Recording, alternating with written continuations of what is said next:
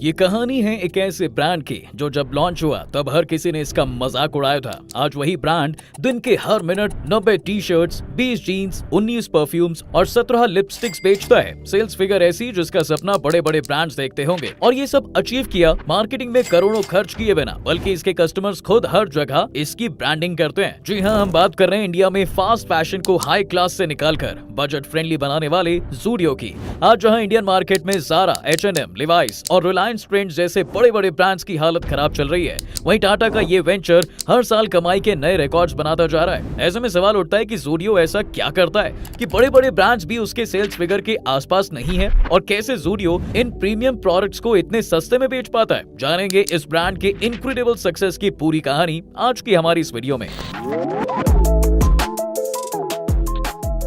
Indians are on the hunt for the finer things in life, and they aren't afraid to flaunt it. अब दोस्तों, दुनिया की कोई भी कंपनी हो, उसे उसके एनुअल सेल्स फिगर्स और खर्चों के बाद बचे प्रॉफिट के हिसाब से ही बड़ा या छोटा माना जाता है। ऐसे में अगर देखा जाए तो आज इंडिया में ज़ूडियो से बड़ा कोई ब्रांड नहीं है, क्योंकि 2016 में जब ज़ूडियो की शुरुआत हुई थी तब से लेकर आज तक ज़ूडियो अपनी नेटवर्थ को कई गुना बढ़ा चुका है। 2018 में जहां इसकी सेल 144 करोड़ रुपए थी, 2019 में बढ़कर ये 204 करोड़ हुई, फिर 2020 में 500 करोड़ और 2021 में जब कोरोना ने बड़े बड़े ब्रांड्स को घुटनों पर लाकर रख दिया था, तब भी ज़ूडियो ने 480 करोड़ रुपए का माल बेचा था। लेकिन फिर 2022 के बाद से ज़ूडियो ने सेल्स के मामले में रिकॉर्ड बनाना शुरू कर दिया, क्योंकि इसने इस एक ही साल में 1000 करोड़ का आंकड़ा भी पार कर लिया। इसके बाद भी इनकी रफ्तार नहीं थमी। 2023 में कंपनी की सेल 3 गुना बढ़कर 3252 करोड़ हो गई, और फिर 2024 में इससे भी डबल 6909 करोड़। और दोस्तों, सबसे बड़ी बात तो ये है कि सेल्स के ये आंकड़े तब हैं जब ज़ूडियो सिर्फ अपने स्टोर पर ही सेल करता है, जबकि बाकी के सारे ब्रांड्स किसी न किसी ऑनलाइन प्लेटफॉर्म जैसे Amazon, फ्लिपकार्ट या मिंत्रा पर भी अवेलेबल हैं। लेकिन इसके बाद भी वो कमाई के मामले में ज़ूडियो से काफी पीछे हैं। कई लोग सवाल भी करते हैं, जब टाटा के पास Westside, Tata CLiQ Luxury, Taneira, Star Bazaar, इंडीलक्स और लैंडमार्क्स जैसे 6 अलग अलग अपैरल ब्रांड्स थे, तो फिर टाटा ने ज़ूडियो को अलग से क्यों खोला? वो अपने किसी ब्रांड के जरिए भी तो ये काम कर सकते थे। Why Tata started Zudio? 2015 के आसपास 2 बड़ी चीजें हुई। पहला ये कि इसी दौर में रिलायंस ने जियो को स्टार्ट किया, जिसके चलते इंडिया में इंटरनेट रिवॉल्यूशन आ गया। नए नए एप्स जैसे टिकटॉक और इंस्टाग्राम पर पहले के मुकाबले कहीं ज्यादा ट्रैफिक आने लगा, और क्रिएटर्स के महंगे लाइफस्टाइल को देखकर उन्हें फॉलो करने वाले लोग भी उनकी स्टाइल को कॉपी करने की कोशिश करने लगे। लेकिन जाहिर है कि जनता के पास क्रिएटर्स की तरह महंगे कपड़े या जूते खरीदने के पैसे तो थे नहीं, तो वो सस्ते फास्ट फैशन के देसी कपड़ों को ही सोशल मीडिया पर फ्लॉन्ट करते, जो देखने में तो काफी तड़कीले भड़कीले होते, पर क्वालिटी में शनि बाजार के माल जैसे। अब जिन्हें नहीं पता उन्हें बता दें कि फास्ट फैशन में कपड़ों से लेकर जूतों और बाकी चीजों के ट्रेंड हर हफ्ते बदलते रहते हैं, जिसके चलते इसमें दूसरे दिन कोई नई चीज मार्केट में आती ही रहती है। ये कॉन्सेप्ट वेस्ट में काफी फेमस है, और इंडिया में H&M और ज़ारा जैसे ब्रांड्स काम तो कर रहे थे, लेकिन ये सिर्फ टियर 1 सिटीज में रहने वाले लोगों को ही टारगेट करते थे, जिसकी सबसे बड़ी वजह थी इनके प्रोडक्ट की प्राइस जो किसी दूसरे इंडियन ब्रांड्स के मुकाबले काफी ज्यादा होती।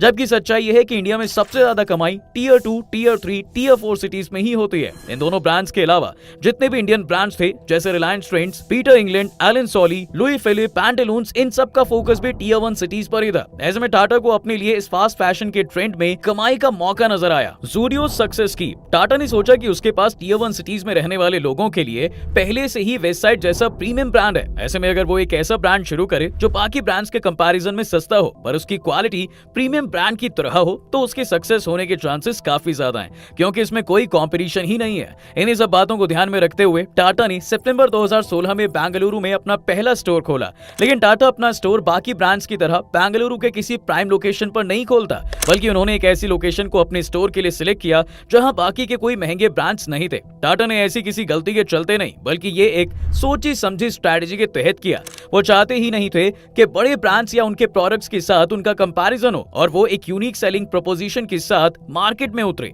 जो था उनका बेहद अफोर्डेबल प्राइस। सबसे पहले तो ज़ूडियो ने अपने स्टोर में मिलने वाली हर चीज की कीमत 999 के नीचे ही रखी। मतलब ज़ूडियो में बिकने वाली किसी भी चीज की कीमत 999 रुपए से ज्यादा नहीं हो सकती थी। इस एक चीज ने मिडिल क्लास को अपनी तरफ खूब अट्रैक्ट किया। इनके कपड़े अच्छे थे, फैशनेबल थे, और सबसे इंपॉर्टेंट सस्ते थे, जिसके चलते धीरे धीरे ही सही ज़ूडियो ने लोगों के बीच अपनी पहचान बनाना शुरू कर दिया।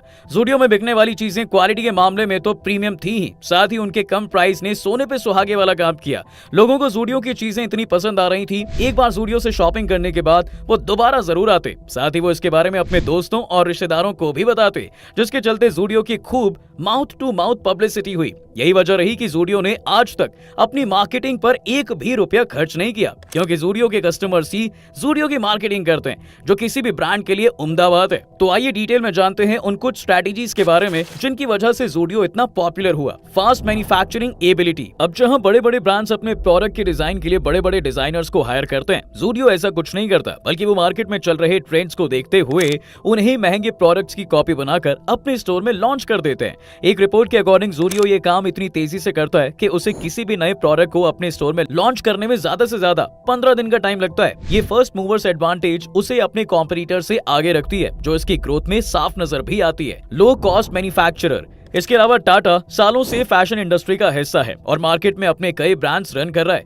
लेकिन इसके बाद भी वो अपने ज्यादातर प्रोडक्ट्स खुद ना बनाकर दूसरे बड़े मैन्युफैक्चरर से बनवाता है। जबकि जूडियो की सबसे खास बात यह है कि उसका हर एक प्रोडक्ट मेड इन इंडिया है, जबकि ज़ारा और H&M जैसे ब्रांड्स भी अपने प्रोडक्ट्स बांग्लादेश में बनवाते हैं और लेबल लगाकर महंगे रेट पर बेचते हैं। लेकिन मेड इन इंडिया होने के चलते जूडियो को अपने प्रोडक्ट्स के लिए कहीं जाने की जरूरत ही नहीं पड़ती और वो अपनी जरूरत के अकॉर्डिंग सारा सामान एक ही जगह बनवा लेता है। इससे ट्रांसपोर्टेशन, टैक्स वगैरह सब बचता है और कंपनी को ये चीजें ज्यादा सस्ती पड़ती हैं, जिसका फायदा वो अपने कस्टमर्स को देते हैं। Fear based marketing. इसके अलावा जूडियो अपने हर प्रोडक्ट में धीरे धीरे करके एक महीने के अंदर कुछ ना कुछ चेंजेस करता रहता है, जिसके चलते आप जितनी बार भी जूडियो में जाओगे तो आपको वहां हर बार कुछ नया देखने को मिलेगा। फिर चाहे वो पुराना सेम डिजाइन का प्रोडक्ट ही क्यों ना हो, उसमें भी कुछ बदलाव देखने को मिलेगा। ये देखकर लोगों को लगता है कि अगर नहीं खरीदा तो वो आउटडेटेड लगेंगे, इसलिए वो ट्रेंड में रहने के लिए और खरीदते हैं, जिसकी उन्हें चाहे जरूरत भी ना हो। Partnership model. साथ ही जूडियो फ्रेंचाइजी पार्टनर की जगह पार्टनरशिप मॉडल पर काम करता है। जैसे अगर किसी को अपनी जमीन पर जूडियो का स्टोर खोलना है तो उसे खुद स्टोर बनाना पड़ेगा, जिसके बाद जूडियो के लोग